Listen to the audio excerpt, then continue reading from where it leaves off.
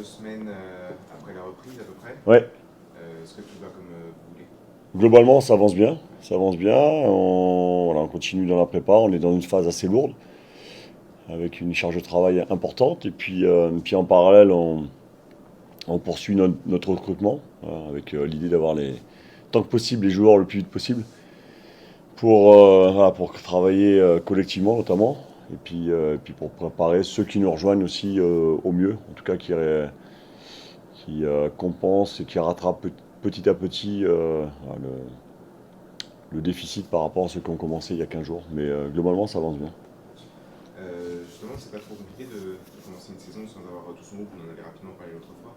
Au niveau de l'organisation du jeu, l'organisation de l'équipe, ce que le schéma de jeu que vous voulez adopter pour la saison qui arrive, ou en tout cas un schéma de jeu. Est-ce que vous arrivez à peu près quand même en attaque, dans le secteur offensif, c'est plutôt complet, ou en tout cas plus complet qu'en défense. Est-ce que vous arrivez à faire ce que Bah, vous ça s'est voulez? complété il y a 2 jours. Oui, Donc oui, oui, effectivement, mais on s'adapte, on s'adapte. Je vous dis, l'idéal, c'est d'avoir tout le monde dès le départ. Mais on sait que c'est pas. Surtout qu'un mercato aussi long, donc qui finit fin août, on sait que c'est rarement le cas.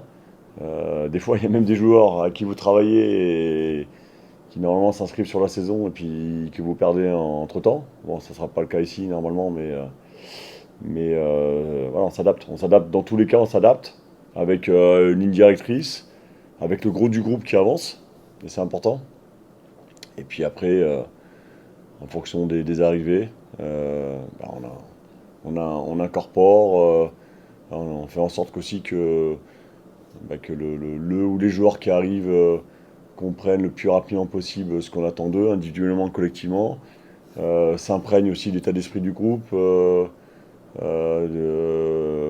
la mentalité, et puis se fondre rapidement dans le collectif, voilà, sur les aspects du jeu notamment, important. est-ce que c'est plus facile avec des joueurs comme jusqu'ici qui sont majoritairement plus expérimentés que le groupe que vous aviez l'année passée? Vous Logiquement, avez, c'est vous avez ça. la réponse dans la question. Normalement, c'est plus facile. C'est aussi l'objectif. C'est par rapport au constat qu'on a pu faire l'année dernière, c'était ramener aussi au-delà de la qualité, bien sûr, hein. C'est un peu plus de vécu, de maturité, de leadership. Euh, et normalement, par rapport à ces critères-là, quand les joueurs ont un QI football minimal, ça va plus vite dans la compréhension du jeu, aussi dans les connexions des joueurs entre eux. Euh, donc on passe beaucoup de temps sur le terrain pour ça aussi, avec une idée directrice forcément que je mets en place et qui correspond aussi aux qualités des joueurs bah, que j'ai sous la main et notamment des recrues qui nous ont rejoints. Qu'est-ce qui est travaillé? Justement, il y a une charge de travail importante comme chaque début de saison, parce que c'est relativement classique cette reprise, que Je ne c'est sais quoi pas la charge de travail? ce qui est classique. En tout cas, Est-ce nous, qu'il y a une on grosse travaille spécificité? sur tous les aspects. Alors, bien sûr, on pense surtout à l'aspect athlétique, Voilà, oui. intégré à travers des exercices, des formes jouées, des matchs, donc des jeux ou des matchs. Ça a aussi du travail sans ballon. On a la chance d'avoir une belle pinède à côté, à proximité, donc ça permet aussi de travailler de façon plus précise ces aspects-là. En parallèle, j'en parlais à l'instant, l'animation offensive, défensive, il y a les connexions.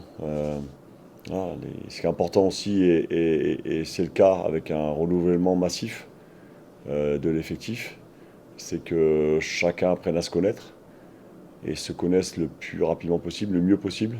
Voilà, donc ça passe par du temps d'échange, de vécu commun, sur et en dehors du terrain, pardon.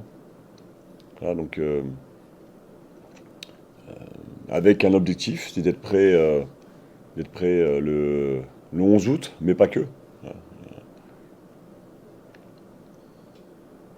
L'idée pour un match comme demain, amical, premier, ça va être quoi? Ça va être de tester différents schémas de jeu, de faire jouer le plus de joueurs possible. C'est Sur, quoi sur ça? le, sur le premier match, si on tient compte que de celui-là, en sachant que j'intègre, mis à part le dernier match, le sixième, qui sera normalement contre le Restar, à moins qu'on les affronte dans les 5 premières journées, forcément. Euh, mais voilà, sur les 5 matchs, ça sera, c'est des matchs qui sont intégrés à la préparation. Voilà. Pour moi, c'est des matchs de préparation. D'accord. On ne prépare pas le match de Guingamp, ni le match d'Angers, et ainsi de suite. Ils sont intégrés voilà, complètement sur la préparation, ne serait-ce en charge de travail. Et puis après, bien évidemment, de la même façon qu'on cherche à travailler des automatismes, des associations, les connexions à travers les séances, et ce sera le cas aussi à travers les matchs, face à des confrontations, en modèle compétition, j'ai envie de dire, même si il n'y a pas 3 points à l'arrivée. Et puis avec des vraies distances de jeu aussi, c'est important.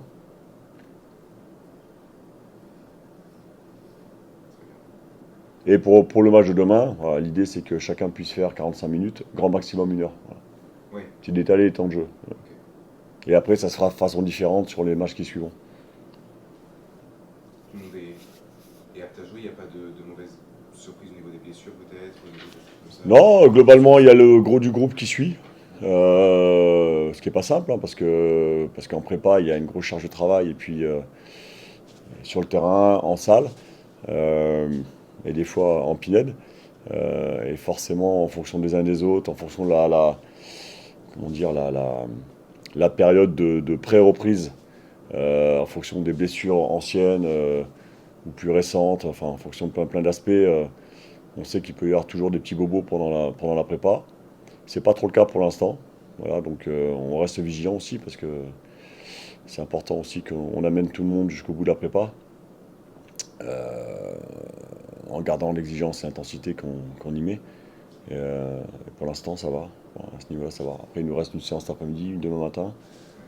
Ouais, Donc, mais bon, on adaptera en fonction des états de forme, parce qu'il faut en tenir compte aussi.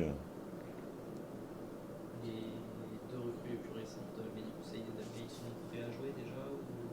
Oui, oui. Ouais. Disons, déjà, ils ont intégré l'entraînement collectif dès le début, avec un programme différent aussi adapté voilà, pour que petit à petit, ils récupèrent globalement le retard pris sur les autres. Ouais, ils sont prêts. Ils sont prêts. Ils sont pas prêts, mais personne n'est prêt aujourd'hui à faire un match de compète, mais ils sont prêts à participer aussi au match de préparation. Un petit mot sur Armand Mandouillet, est-ce que vous l'avez eu au téléphone pour son transfert? Est-ce que vous... Non, non, j'ai envoyé un petit mot de félicitations, il m'a envoyé un petit mot de remerciement. Voilà. Voilà, sachant que je souhaite plein de bonnes choses à tous ceux qui étaient avec nous l'année dernière et qui sont plus là, bien sûr. Mais je me concentre essentiellement maintenant sur les joueurs qui sont avec nous et qui le sont sur la saison. L'entraînement de Macan Echo, est-ce qu'il se fait normalement ici ou parce qu'il est transférable dans l'idée? Aujourd'hui, il est encore ici, est-ce qu'il s'entraîne normalement dans le groupe? Là, actuellement, il ne s'entraîne pas. Voilà, il est sur une petite période de soins. D'accord. Et puis, assez rapidement, il va reprendre l'entraînement. Voilà. Mais son statut n'a pas changé, hein, il y a pas de... C'est ce qui est convenu depuis la fin mai. Voilà. C'est un sujet qui vous préoccupe forcément, mais est-ce que le fait d'avoir, en tout cas vu d'extérieur, peut-être plus de difficultés à recruter un défenseur central que ce qui était pour le secteur offensif, est-ce que c'est un sujet qui vous inquiète peut-être pas, mais vous vous dites les premiers choix sont peut-être passés? Pas forcément. Au niveau de recrutement, alors je sais que ça extrapole beaucoup comment dire, à l'extérieur, on va dire. Euh, non, non, on a alors je mets en place des critères de recrutement en fonction des postes, des profils. On a dégainé assez rapidement, si je peux me permettre cette expression, avec des joueurs qui nous ont rejoints. Euh, Après, on a deux attaques, enfin deux offensives qui nous ont rejoints il y a 2 jours. On peut considérer qu'on a mis du temps à les faire, mais bon, après, il y a aussi une concurrence. Et il faut en tenir compte. Et plus on essaye de remplir de critères de sélection, et plus il y a de concurrence. Après, je ne vais pas rentrer dans les détails, mais c'est toujours une histoire aussi de négociation. Enfin, il y a plein de paramètres qui rentrent en considération.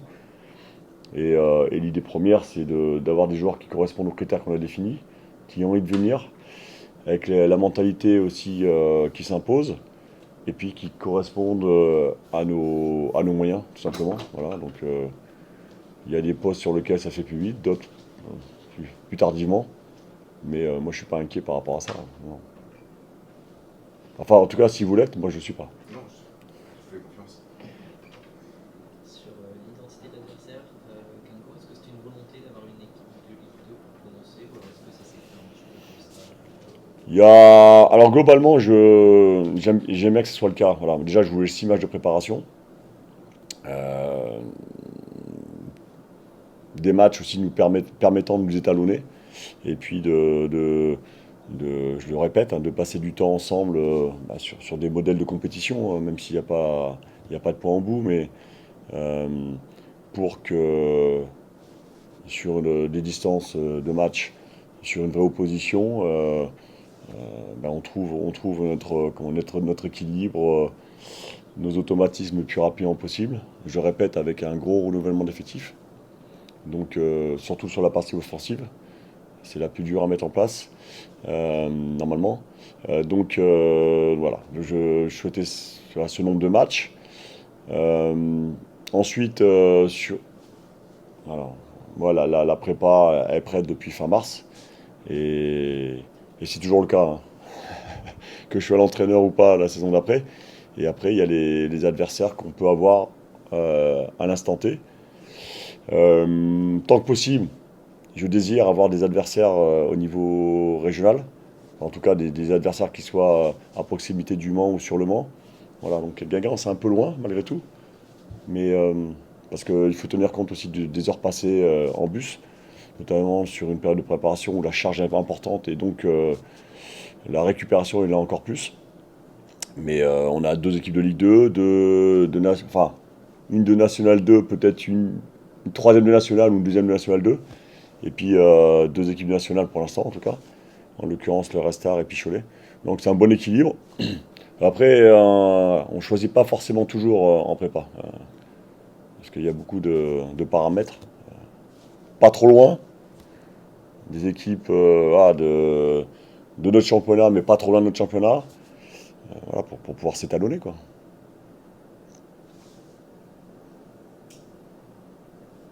C'est bon? C'est bon? Ouais, merci. Bonne journée. Bonne journée.